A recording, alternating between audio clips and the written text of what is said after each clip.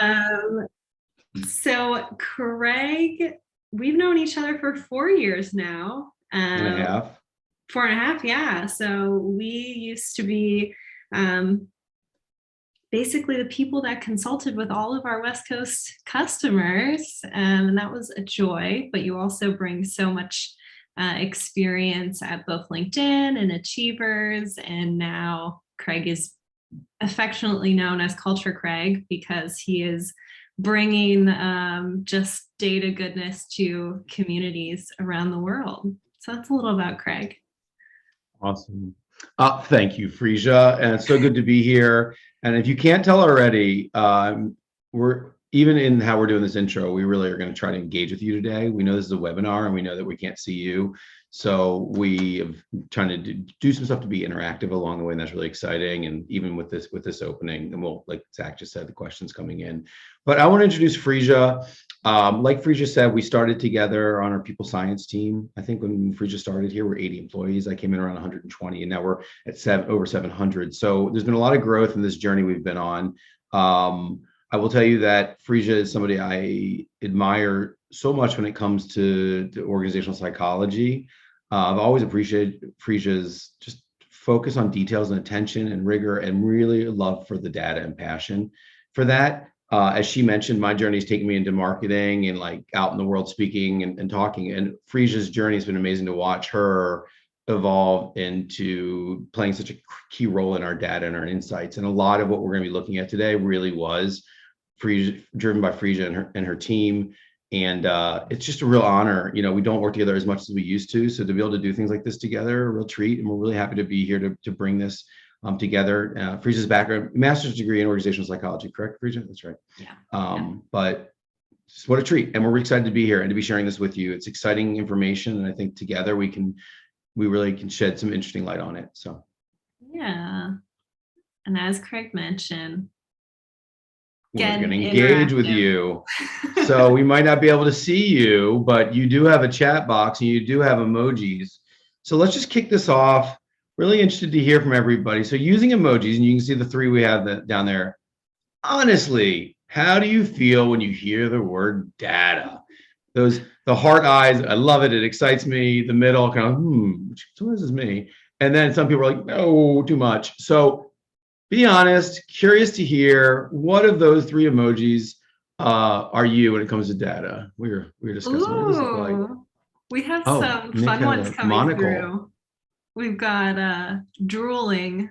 I like that. Zach has a party. I need to go to more of your parties. Sarah's on. Sarah's on the call. Andrews. I love this. Is good. I like this. Awesome. Okay, so there's a range, but generally it's actually on the positive side. Yeah. Which I'm not surprised. Self-selecting group. Yeah. That's why you're here. But that's good. And also a way for you to all see each other and connect and see other people. I mean, I thought it was really, I didn't know what to expect. And it was fun to look through that. And it makes me realize there is a range. And like I said, honestly, I might have put the on there. So, and I'm a people scientist.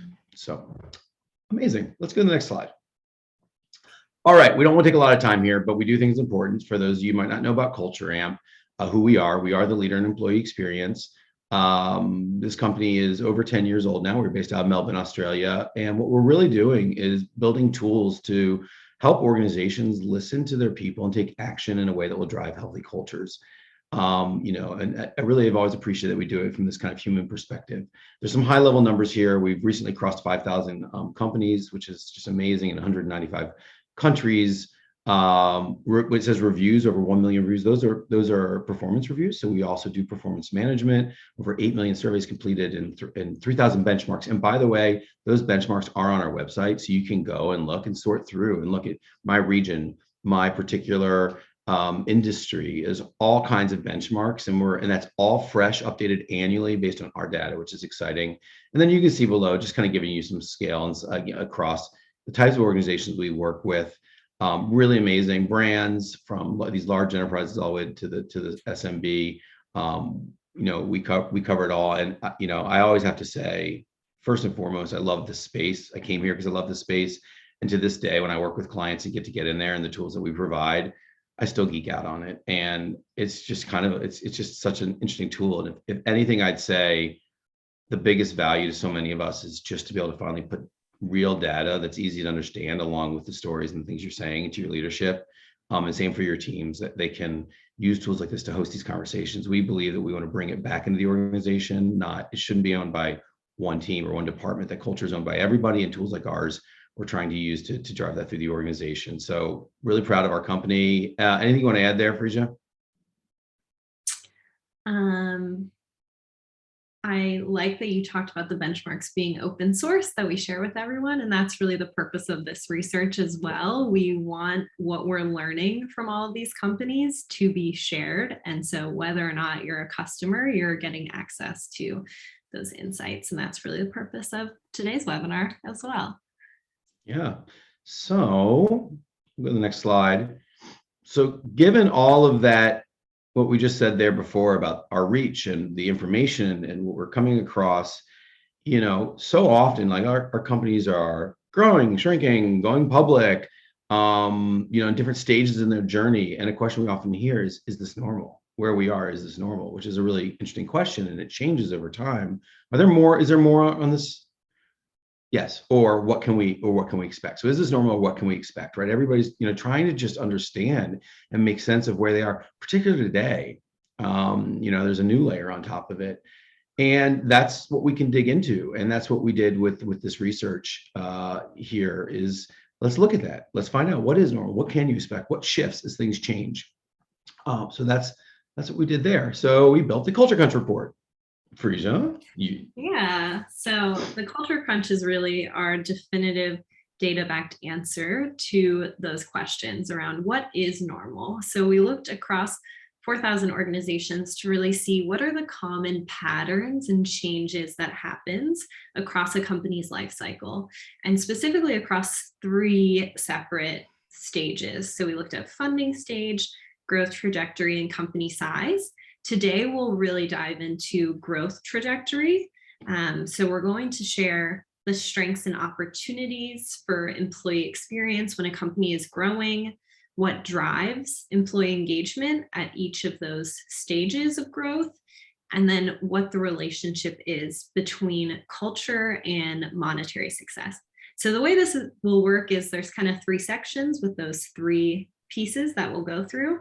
And for each, we'll make sure to save time for questions. So be sure to just add your questions into the chat, and then we'll kind of collate them at the end of each section. And we're going to get interactive with polls, chat. We really want to hear from all of you. And we'll be sharing some actionable ideas. can I share one thing real quickly, Yeah. Fresia?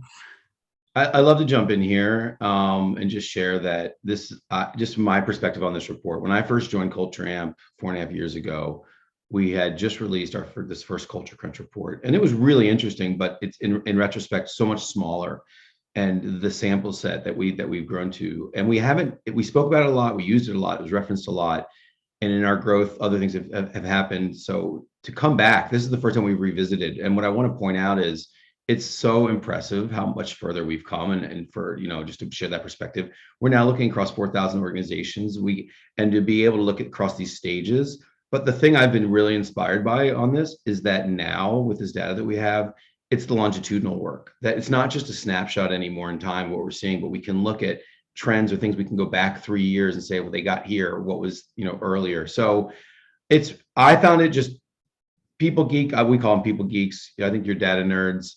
But people geeks to data nerds, culture geeks. Sorry, it's really exciting to be able to do this. It's not often we can look at these things, and it's nice that we're able to. And I like to call that out when we get here, because it's what inspired me a lot about this. So. Definitely, yeah. We had 187 companies, I think, in the last time. Now, so you can see the growth that the insights that we've been able to capture. So first, I wanted to define what we mean when I say growing. So the way that we define that was a company was growing if they were increasing in headcount by more than 15% in the last year. They were considered shrinking if they were decreasing by more than 5%, and then stable were those folks that were in the middle there. And we can see that generally, this was a very tumultuous time. So we had a lot of organizations in each of those buckets, almost 1,000 in each one. And generally they ranged, the median size was between 150 to 250. So when we're looking at basically most of the remaining research, we're looking at engagement survey results, and we're specifically looking at favorability. So in our engagement survey, we ask things on a 5-point Likert scale from strongly disagree to strongly agree. And favorability is that percentage of employees that select agree or strongly agree. So I just wanted to define that as we go through. And what we found at a high level, we looked across almost all 4,000 organizations, was that in general, employees at growing companies were more positive. So they were more likely to think the company was in a position to succeed, that there was a motivating vision, that there were good career opportunities. They had more confidence in the leaders. And that really translated to real differences in engagement. They were more motivated, and they were also less likely to be looking for a job at another company. So I'd love to know if anyone has experienced this. Have you been growing as a company and then done a survey and seen that those results, engagement went up, things like that? See in the chat, maybe. Yes, it is interesting. That's a good point, Paula, how close the shrinking and stable. It's really growing companies that are having a different experience here than the shrinking and stable numbers. So of all the questions that we looked at, which were about 70, because we looked at not only engagement survey, but also DEI survey responses, we found that there were actually only 3 questions where stable companies scored higher than growing companies. So that's incredible. Out of 70, only 3 questions. And so I'm going to pass to Craig to start our first poll. Yeah, and I think there's 2 ways to frame that, right? That we saw that there were only 3 that held for the stable companies, but also you could frame it the other way of like, as growth, there are some pitfalls of growth, right? And now we're going to tap into all of you, and let's see. And I'll be honest, this is hard, but let's just see collectively. If you look at these 9 groupings, we think about it, these buckets that we look at.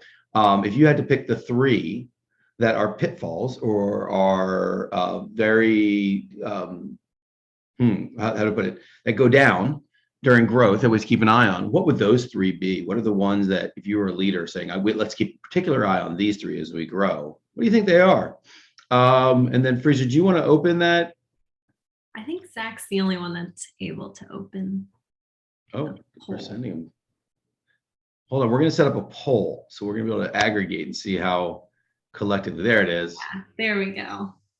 So we'll do number 1. Just number 1, yeah. I wonder if it will work that way. What are the 3 and thank you for folks that started in the chat. Let's see.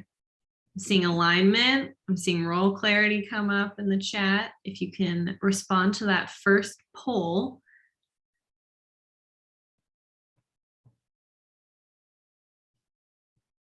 How's that working on the results coming in? Oh, the poll is requiring all 3. Okay, never mind.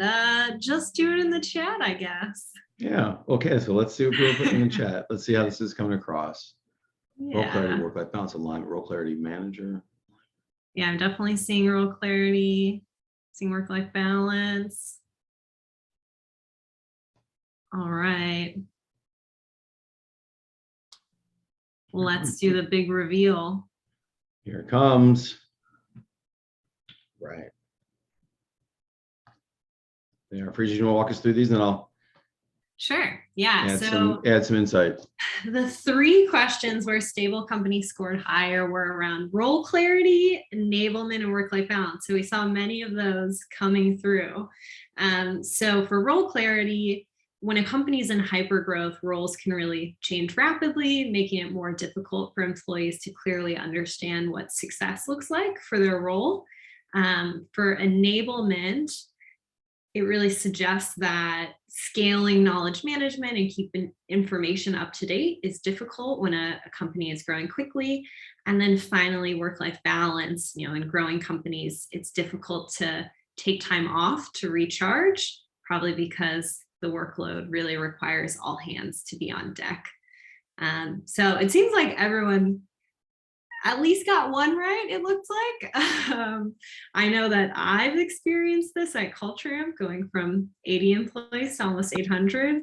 Every single one of these definitely rings true for me. So we've gone through kind of the strengths and weaknesses of growing companies. And now, if you have any questions, please put them in the chat, but I'm going to ask Craig a question. I'm going to start it off because I'd love to know, Craig, if you've seen any companies taking action on these areas and what they've done. I have. I think but as I was thinking about these three, also just kind of sharing some high level, like what I think I've seen from working across organizations with these as well. Yeah. So, first with role clarity, I think two things come up with for me. I think that seeing companies, the OKR models, like some sort of structure or model, especially as you grow and scale, that effectively helps your employees through the organization just connect their day-to-day to some objective. I think it gets very fuzzy very quickly. So thinking about that, are using any kind of OKR model or some similar model, but proactively thinking about it, not just leaving it up to managers to hope, because you're going to get a lot of variation in our organizational systems you can put in place. The flip on that I've been thinking more and more about, that I want to call out, some of you may or may not, there's a book called Prime to Perform. Vega Factor is the consulting agency behind it. They talk a lot, it's a brilliant book, but they talk a lot about moving also from broad roles to skills. And I think there's something here. Now, I know that what I need to do to be successful in my job is really a direct relationship to connecting what our actions are, make sure we're aligned with the outcomes. But I also want to call out this idea of trying to think about our job more as skills, especially when we're trying to develop our employees, and think of what are the skills it takes and how do we develop and evaluate that, and allowing people to figure out and do those jobs, but really thinking more about the skills. And if we're developing skills, we're developing humans. So I wanted to call that out for number one. Enablement, the information I need to do my job effectively and readily available. This is a tricky one. We've seen it over the years across the board as companies grow, like the systems and the information is complicated.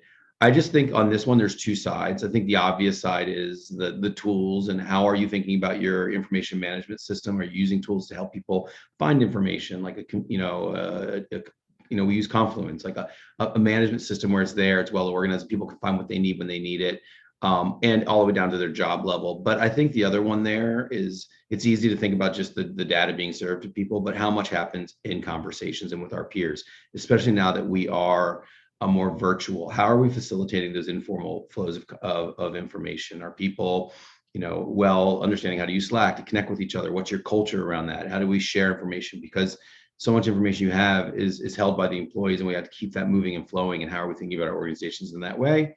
And then finally, work-life balance. Look, this is a big one. It depends on the industry and what you're in, but I can tell you that we're seeing it more and more. It's becoming more and more important, especially in a post-COVID world. Things like here at CultureAmp, what Fresia, we have the refresh days that we give employees, that we're starting to look at also having periods of time we go quiet as an organization. Therefore, we're assuring that everybody has a chance to refresh and that somebody's being left out. So those are really interesting, ways to think about it. But also, if you have an hourly workforce, I'm here currently at South by Southwest, and I was hearing somebody speak the other day, just rethinking, breaking the paradigms we've been stuck in, scheduling, how that works. There's tools like Deputy that are really helping rethink how can we allow our hourly workforce to have more say in the hours they pick up and where they work and how they trade those hours around. So I think with this one, there's a big question mark for all of us coming out of COVID, but really be focused on the importance of this, looking at your workforce and just questioning how might we reapproach this, and are there things we're just stuck in accepting because we have always accepted, or are there areas that we could rethink? Does that person really need to be here right now? Is that a deal breaker, especially as we're going forward and growing our organizations? So those are the three things I have to say to these, but we would love to hear from others as well. Yeah, those are great. I particularly like you talking about OKRs for role clarity, and also making sure that it's adaptable, since if you're growing quickly, those OKRs might change a bit. And then from an enablement perspective, making sure that you've created a culture where you're keeping those things up to date. Because I think it's easy to have those tools, but if you're not going back and updating it, then it's potentially old information that's there. Yeah. And it's one of those things that could almost provide, we say the same with sometimes with surveys, that if you're surveying but not taking action, sometimes it can be more detrimental than not surveying at all. And I think the same thing with your data. If people are going in there getting confused and taking more time, I don't want to say don't present data, the information, but just remember that not done well can almost have an inverse effect. Yeah. Here's a question. An interesting question around, can lack of role clarity in the end create a better end result because people are finding a better fit for them with new roles? I'm happy to just take a go at that. Yeah. Look, I think when I read that, I think of a really small company. If people are really like, there's a sense that together intrinsically motivated, and there's this lack of real clarity because we're small and growing, and everybody, the motivation is there, and as a team, we're able to keep a close eye on things like that might help. But I think very quickly, as an organization scales and grows, what you're going to cause is a lot of confusion and frustration. I mean, I think it's really great to keep moving around and maybe creating a model that allows flexibility and not limiting people, but also keeping an eye and making sure people understand what they're doing day to day. Because even if I enjoy that and I'm thriving, I could be making it very complicated for the people that work around me because there's no clarity. And that, just as we get bigger, starts to really impact and scale. So I like where you're going with that. I think we can be creative with this, but I do think a true lack of role clarity in the end could probably cause more challenges than the benefit to any individual employee. What do you think, Fresia? Yeah, I think that's interesting that you're talking about the experience of others, because it can be difficult to identify who to speak with if you don't know who the person is that owns that. But I do agree that I've definitely grown a lot from the ambiguity of my role and have been able to craft it into what I want. So I think there's a push and pull there, and a balance of making sure you're having those conversations, and then once you're able to get more clarity, sharing that out, and maybe you're starting to narrow things down. Thanks for the question. Yeah, JT mentioned something. Just, I mean, I don't think it's a big answer, but just this idea of knowledge transfer, the informal knowledge transfer, and having a hard time figuring that one out. What I would say there, JT, is think about, it can be a big and overwhelming problem, but we talk a lot. We've learned a lot from IDEO and design thinking. Like, what's one small experiment? What's one hypothesis you can test? What's one thing? And maybe thinking about it in like smaller bit-sized pieces, towards a bigger goal, and having almost like a fun kind of mental experiment and rolling out something small to see and test and see how it works, and not overthink that like it's a big thing to fix. And also listening, maybe asking people, what do you think? Is there some way? Sometimes people have the answers that we need if we go asking for them. So that's my answer. Yeah. Awesome. All right. Let's go to the next one. So now we're going to talk about if what matters to employees changes as a company grows. And to assess what matters most to employees, we look at something called driver analysis. Craig, do you want to talk about what driver analysis is? Yes, I would love to. I think it's really important, especially with the tools that we do, and something that I've really learned along the way is it's one thing to ask a question, but it's another thing to compare a question and just to relate two questions together. In our case, oftentimes engagement. So you can measure engagement, but if you go to a manager and say your people aren't motivated, like then what? So we ask other questions that are more actionable and that say these questions relate back to engagement, and where is it going to drive the needle to help organizations focus on the right things. And I think it's very interesting. Like, yeah, you can run a survey monkey, it's wonderful, whatever, but you're just getting data. I think the next piece is how do we understand that data? So that's what this is, a big piece of our tools. What this is essentially showing is if you take two questions, let's say engagement underneath, right, from strongly disagree to strongly agree, against another question, my managers communicate, in a timely fashion sort of question. The correlation would be if I'm not engaged and I strongly disagree with that question as well, there's a correlation between those two, just as much as if I strongly agree, I think we're doing a great job and I'm engaged, and I think our managers are communicating really well, we can say there's a correlation between those two questions. And that allows us to show what we call impact, what questions are going to drive this, versus in the next slide, where we see something like this, that no matter how we answer on the engagement question, the question to, the answer to the other question around here, like I have the tools and information I need to do my job, doesn't shift. No matter how somebody does the engagement, then there's not that correlation and it's not a high impact. So essentially what we're calling out here, because I think as we move forward, is understanding how we look at things and about impact. And we're trying to show you how that works and how we think about that in those two slides. Fresia, did I do a good job there? Is there anything else I need to add? Great job. Thank you. Fantastic.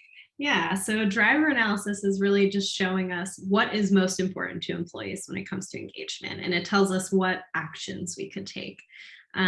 So we then rank them in order of correlation. So the ones that are highest would be the highest driver rank. So those are the things that would be most likely to move the needle on engagement.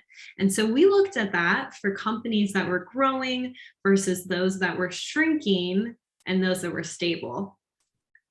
And so our next one, which will just be in the chat, not the poll, which factor do you think becomes a higher driver of engagement when a company is growing? What becomes more important to employees as a company is going through growth? Could be inclusion, leadership. Do we think it's the same things as what we found were the pitfalls? Let's see. Some are coming through. So you can choose more than one. There's only one though. Feedback and recognition.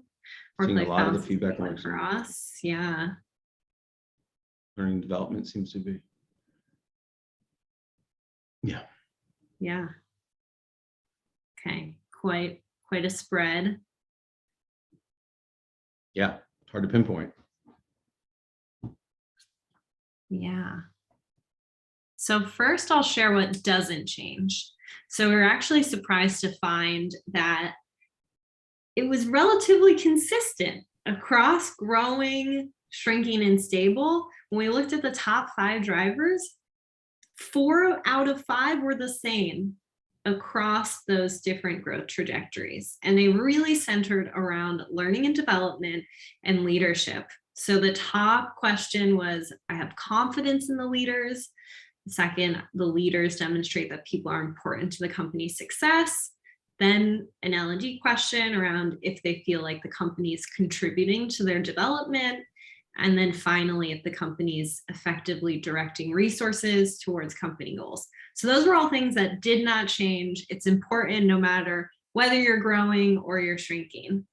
The one thing that changed for companies that were growing. So down here, you can see we've separated out shrinking, stable, and growing, and then the driver rank. So if it's high up here, it means it's even more important for engagement. It's more related. If it's lower, it's not as related. And what we find with the orange, green, and yellow is that feedback and recognition, which I saw a couple of people, quite a few right into the chat, is more important when a company is growing. So really feeling like workloads are divided fairly, likely because there's a lot more to do. So if you're taking on more, you want to feel like you're also being recognized for it. So the right people are rewarded and recognized. And then also that they're acknowledged if they're giving outstanding service. So we see that this becomes much more important when a company is growing. Yeah. Can I call it something real quickly? Fresia, Yeah. Can we go back a slide just real quick? So if you take that last slide and then you add in also recognition, right? And I look at these, I see confidence, I see people are important, I see I can contribute to my growth, and then recognition. There's only one that feels transactional. And I feel like more and more as we're looking at data, I think is always obvious, become more of it. It's relational. There's so much is relational. And oftentimes we see in the data that leadership and their perspective have a slant towards transactional, which makes sense. You're running a business. But if we're really trying to build businesses that work for people, the data keeps showing that the human stuff, the empathy, the listening, the care is really the driver. So as we're the great resignation and all these things we're talking about, how we keep employees It's not people are poaching my employees, that they're making more money. What the employees are saying is, I want to be seen. I want to be able to contribute to my career. I want to feel like my work matters. And that's what the data is saying. So, it's just a call out to, it's easy for us to go what I call like left brain and very, as drivers and leaders. But so much of what we're seeing is the left brain stuff, the relational stuff, and that we just another nod that we need to be developing our organizations and our leaders around emotional intelligence and how to add those human skills, because those are the ones that are driving most importantly. So thank you for going back for a second. I wanted to call that out. Yeah, that's such an important point, Craig. What's not in the top 10? Compensation's not in the top 10. Right? We don't see that. We ask a question about it, but it's very, very rarely a high driver in organizations. Paula asked, I'm just curious, is there any correlation of these to companies that are shrinking? Yes, good question. So this is on the slide, but I didn't touch on it. So what we found for shrinking companies that was really interesting is alignment is particularly important. So I know how my work contributes to the goals of the company we see here. And I think that shows that, if a company the ship needs to be righted, right? A company wants to be growing generally, or at least stable. And so if an employee knows what their part in doing that is, that can be incredibly engaging to feel like they can take part in changing the trajectory. So we see that alignment, and then also alignment in what the company is saying and doing. So this question of the company's commitment to social responsibility is genuine. This is very rarely a top driver. Like for growing companies, it's really far down there. I think it's 44. But for some reason, that's very important in shrinking companies. And I think that it's because employees want to know there's alignment with their values and the company's values, that there's a reason they chose to be at that company, right? And they feel like they are walking the talk. It's fascinating. Yeah. Well, I know, Craig, you are a bit of a recognition expert. So I love for you to give tips on how to give recognition the right way. Yeah, we just thought, having that come up as recognition, and it's really important to try to, we want to share this information, but have actionable items. What Fresia is referring to is that prior to CultureSpace, I did work for a company called Achievers for over 2 years. And all we did was recognition and rewards. And, I learned some really interesting things there. And this has felt like a great opportunity just to bring those back and share with this audience. The first is good versus poor recognition. I think we need to define that recognition, all recognition is not equal. And so what do I mean by that? First thing, when we give recognition, just saying, thank you, Fresia, you're awesome. It's nice, but there's not a lot of detail, I think, and also how we receive that in organizational structures. So connecting the dots. Fresia, thank you so much for the time you put in to prepare us on this deck. I know you put a lot into it. It means a lot. I'm at South by, and to know that you have this is really, supportive. And it's a great presentation, the work you've done here. And I think we're really going out to the world and sharing great information. I appreciate that. And, one of our values is amplify others. And I think you do that. So I meant that, by the way. Thank you. Good recognition, right? What was the action? What was the impact? And then bonus, connecting it to a value. It probably could seem awkward in spoken word, but there are tools oftentimes if you're doing organizational recognition where you almost have to connect to a value. And that is this next thing, because what gets recognized gets repeated. So if we know that, and we have these values that we believe in, and that we're recognizing people and calling the relationship into the actions and to the values, then what we're doing is really enhancing the values we believe that are in place to help us succeed. Right. That's really important. And then I put in here a tip too that I've seen companies do really well is use recognitions in a meeting. If you have some sort of recognition system, if it's the manager every time getting up and recognizing, we're just reinforcing these hierarchical models and who's in power, who's not. But if you have an organization, you have recognition, and you've got somebody from finance who recognized Craig because I did something to help them. These things happen all the time that never get called out. But if you can see that as a manager, call it in and use that in your meeting to amplify your employees via the voice of somebody else. It's a very powerful strategy. And again, if it's there, some of you have those tools in place, just being creative to go in and look before a meeting and say, we're gonna take a moment to do a recognition, but this isn't a manager to recognize. It's, we also in our meetings, sometimes we'll just take a moment to go around and have a kudos moment where people can recognize one another. So try to not just have it being reinforcing that top-down model. The third one is plan time to recognize. What I mean there, particularly if you're manager and leader, weeks are hard, they go fast. But if you schedule 30 minutes on a Friday and says, this is my recognition 30 minutes, I'm hard pressed to think anybody that leads people or has some sort of role that is influence. Anybody can do it, but if you have a role of influence, there weren't things that week that you could recognize, and you just maybe didn't stop to take a moment, all of us, and just pause, have some time scheduled, think about things that stood out for the week, and make those recognitions. It will go a long way. And fourth, I don't know who's on this call and what level of influence you have, but it is real. The higher you go, the impact you can have. Know your place in the organization level of influence. If you're a senior leader and you're not recognizing, I mean, I get it. Again, I also am not always the best at it, but it's even more important because it goes a long way, and you make it safer for other people to do it. You show the way. They're watching you.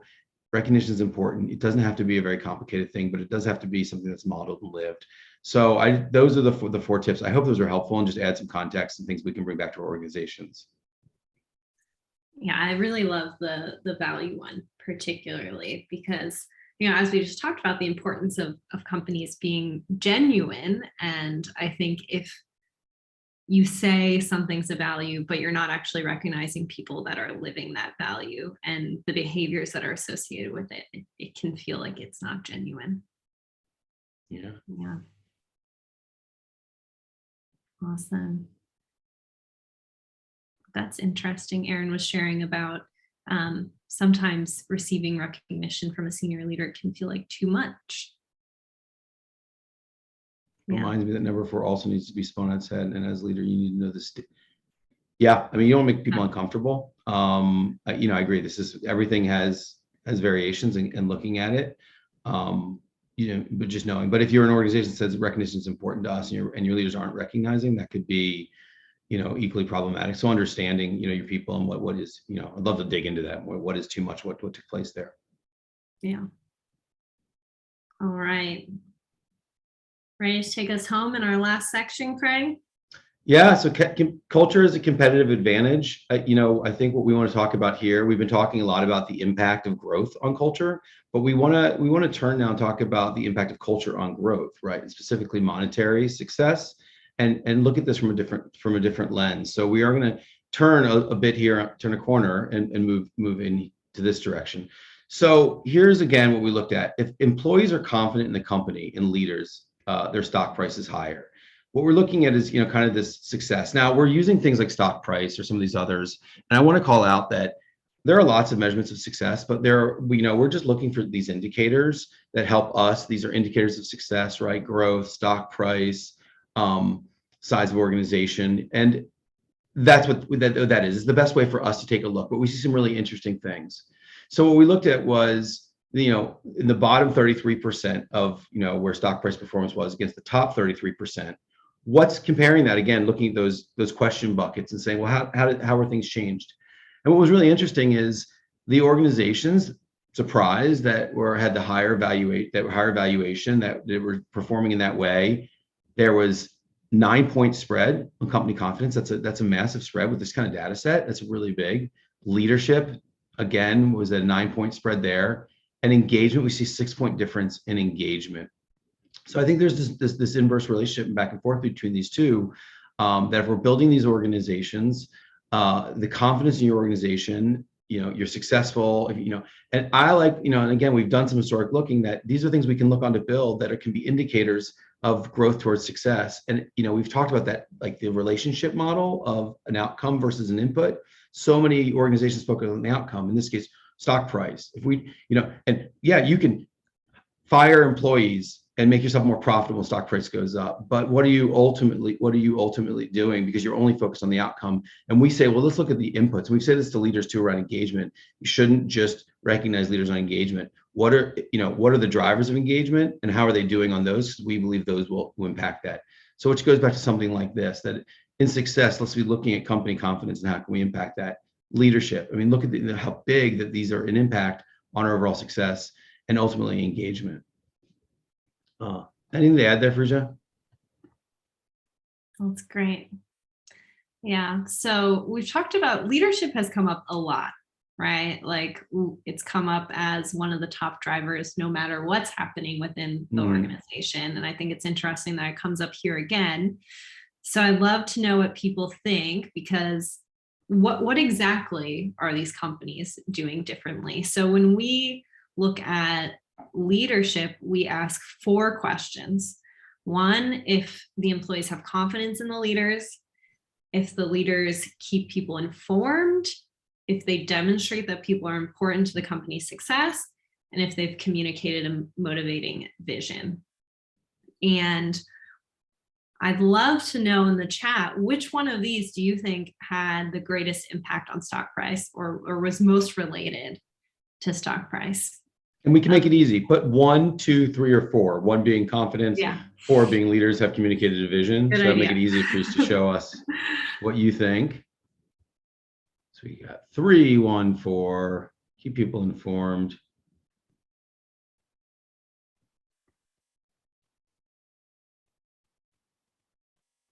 So we got Right. 3 people important. Seeing a spread.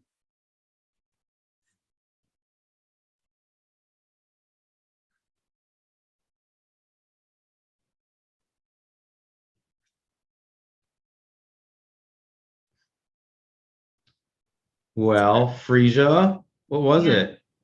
Yeah, it's hard to say when I don't have the fancy poll results. It looks like there's a lot of 2s and 3s. That's what I'm seeing. 3's picked up towards the end there. Yeah, started to coalesce, and that's right. So it was pretty close.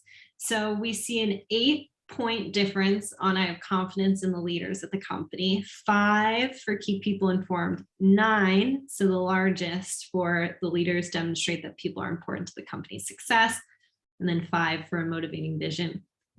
I thought this was interesting because, I think that a lot of people, I mean, we kind of primed you because we know that this is a top driver of engagement, and also Craig's talking about how important it is to treat people like humans. But that's what we're seeing. That actually does have an impact on those business outcomes. Yeah, I just, again, a tip that comes to mind, something I've heard to share, but just going back again, I look at this, and number 8, number 9, both have this kind of human, less transactional element. Somebody said once to me, especially as we've been on Zoom with these meetings, is that your managers should be 50% of their meetings should be really conversations and connecting with people and 50% should be transactional or work related. I think that metric alone, if we're working with our managers, and I hop on meetings and sometimes I'm like, wow, it's just all numbers and there's no humanness to it. So I think by simply scaling up our managers and maybe having some sort of metric, or how might we improve that, just letting them have more human conversations and almost making that a requirement with their employees will go a long way. We keep seeing it. I mean, the data keeps showing it. So it is, call it a soft skill, but I think that's hard impact. Ooh, I like that. I'm gonna coin that. That's a good one. Soft skills have hard impacts. So yeah. So as Craig mentioned, these are all like proxies for success. And we know that not all companies are public. So stock price doesn't necessarily count as success for all companies. We also looked at funding. So we looked at for venture-backed companies, we identified when they received funding and how much.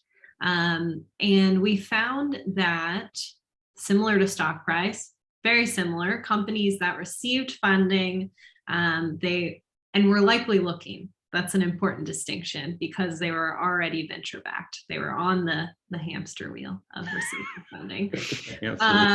They had employees that were more engaged, they were more confident. Innovation came up for startups more than for stock price, and then also leadership. So this definitely shows an association between the two, culture and monetary success. But if you're a skeptical person, you might say this really only demonstrates that employees are more positive about these things at the time of funding. So it doesn't tell us which comes first. And so to answer that question, we actually this is where I get excited. Craig loves this. We follow these companies back 4 years to answer this question. And so we isolated those companies that received funding in 2020 from those that did not. So these solid lines are the factor scores for those four, which we just called out as having large differences. That's for those that received funding in 2020. These dashed lines are those that did not receive funding. And so what's really important is to see this gap here. So all the way back 3 years prior, we saw that employee perceptions were elevated for those that then later went on to receive funding. And so what this tells us is that it's a leading indicator of funding. And so the longitudinal research indicates that, as opposed to what a lot of skeptical people might think, which is, having an injection of cash makes your company more innovative, it's actually, this is suggesting that having a culture that emphasizes innovation makes you more likely to receive funding. And then also, as opposed to raising funds or the stock price increasing, giving employees confidence in the company's potential prospects, it's actually that employees are capable of recognizing companies that are going to be successful. Yeah, I just want to jump back in and add, and I know data from Fresia, from a data perspective, the data says what the data says, but I also don't know where everybody is, and some people might look at this and go, well, we're not raising money, and that's not us. I just keep finding it fascinating that the indicators that we use, the best that we can have to show organizational success and then track backwards, I have to believe it's anecdotal and gives us some insight into just general success and how important these things are to long-term success in your organization. And the fact that we could go backwards, I just think that's the coolest thing. And to look, so not just make a case at point in time, but to really look at like, well, did this hold over time? Again, the people geek in me comes out. So yeah, definitely. All right. So are there any questions around that, the relationship between monetary success, the proxies that we have for that, and culture? Yeah, we shared a lot of things. I'm enjoying these questions. So does anybody have a question that's coming up that we can? A minute. We'll let people think on it because we have another fun thing. Yeah. All right. We thought this would be interesting. Just curious. We came in and we said, how did you feel about that? I hope they were so positive before. I hope we don't switch now. What emoji exemplifies how you feel about this data? So now we started in the beginning. How are you feeling now? If there's an emoji, and I noticed that people grab their own emojis, so let's just put them in. Yeah. How are you feeling now? Was it kind of looking helpful? And hand clap, Sarah, boom. Whitney, what is that? Dancing. Dancing. Yeah. Cool sunglasses. Happy. Nice. Geeky. I like it. We're getting geeky with it. Awesome. High five. Thank you, Julie. Yeah, it's fun. Here's what I'll jump in and say this. I know that this is not exactly what we're talking about today, but every time we do these sorts of things and the work, I've been very involved in community too, so doing a lot of virtual events, is I hope some of you just like what we're doing here and what you can do with your teams, like little moments to engage them throughout, ask a question, check in, use an emoji, get creative. I just believe there are ways that we can, no matter what our situation, I mean, in person is amazing for me, but we found really great ways, and that you've noticed today, we're stopping, we're asking questions, we're engaging with you. We can't see you. And very easily that could be a very kind of wah conversation. And how do we do that? Hopefully, it seems like people are really enjoying this. Can you bring a tip or two back that wasn't even about what we're talking about into your meetings, into your teams, to help be more engaging, more connected, more human? Yeah. Do you want to share your key takeaways, Craig? Key takeaways. Well, from here, like while there's growth, role clarity, enablement, work-life balance are things to watch out for. I think we called that out and just talking about some of that. It seemed like that kind of the idea of OKRs resonated. That work-life balance that we spoke about, rethink it, and more I have conversations with people and they talk about how we can't change that thing. We really dig into it. And it's like, is it really that way? Can they really not be flexible? I think we need to get creative there. Leadership and L&D are important no matter what's happening in your organization, but recognition, particularly when growing. Leadership L&D, yes, but again, what we see as we look at these is leadership, but really the human side of leadership. And I've always felt this, but to have the data behind it to continue to reinforce this is, how are we making our leaders more human? How are we making our managers more human? How are we seeing people where they are and their unique point in life and seeing them? And I think a great company, maybe seeing people sometimes means that somebody moves on, but like, what kind of organization are you making ultimately? A place that takes care of people, that grows people, even if you might grow them off your team. Let's take care of people. And if more of us are doing it, we're making a bigger impact.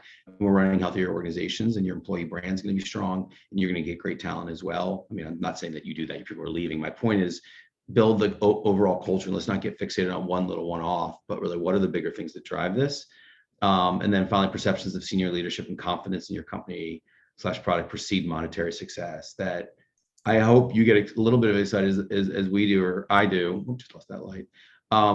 Around this idea that these are leading indicators. So focus on them now. And that what I talked about before, the input versus outputs, focus on the input factors, focus on the things that the data is telling us drive the things you ultimately want. If we get overly focused on an outcome, sometimes that's where bad behavior and some things go sideways. I think we should be focusing on what's the input to drive the output that we want. So those are the key takeaways for me, Fresia. And when you spend a lot of time with this, any high level or summaries when you think about the key takeaways here? I think those are them. I actually want to see what's everyone else's takeaways. See, is it different than what we think? And we'd love to do this as a chat bomb. So, yeah, if you can wait a minute, start typing up, what's your one big aha from this research and from what we don't hit enter. Don't hit enter. Don't hit enter. So just start typing it. Any aha, something that stood out to you. Maybe it was something peripheral. Maybe it was a focused piece of data. But we're big on action, and we just want to know: is there one thing that stuck with you today that you can take with you after this event? Yeah. So keep writing. We'll give you like 30 seconds. And this is important because I think whenever, at least I attend a webinar and there's so much information, I'm just like, what am I going to take back? And I've noticed that as long as I say this is the one thing, that one thing actually gets put into practice. But if I don't do that culling, it doesn't happen. So, all right, let's see. On the count of three, right? So this is the bomb. When I say three, you hit enter. Ready? 1, 2, 3. Hit enter. Let's see. There. What do we got? Right. The management, the hierarchical. A lot of your recognition tips. Soft skills equals hard impact. It's a winner. It's a winner. I gotta write it down. Refocus on recognition. Wow. Yeah. Sharing these leading indicators with leaders to make them their team. Yeah. Awesome. More relationship, less transactions. Now that's a song. Less transactions. That's great. All right. Thank you, everyone. So what we went through today is really a very small sliver of the full report. I'm putting a link here, and I put my whole message to myself, which was post link to report, but that's just the report. It's 40 pages long. Today, we really talked about growth trajectory, but we also looked at company size. We looked at funding stage. Every company is unique. So look at the report to learn about what comes first. Is it employee perceptions or headcount growth? Are there any unique drivers for company size, just like we saw for growing companies? What are the top challenges for large companies? How does culture change based on funding stage? These are all questions that we answer in the report. And if you just want a refresher of what we went through today. And then finally, Craig and I both are always open to chatting. So added our LinkedIn's there. Don't hesitate to reach out. And it's been lovely chatting with everyone. This has been great. And we mean that. I mean that. Like, please connect with me on LinkedIn. I love LinkedIn. Has been the most powerful tool for me to connect, sharing information out. I'd love to stay connected with more of you. I will be there for CultureCon. So also excited, hopefully, to see many of you there at CultureCon as well. That was a really special event when I did it 3 years ago. Was it 2 years ago? And looking forward to being back. But thank you, Team CultureCon.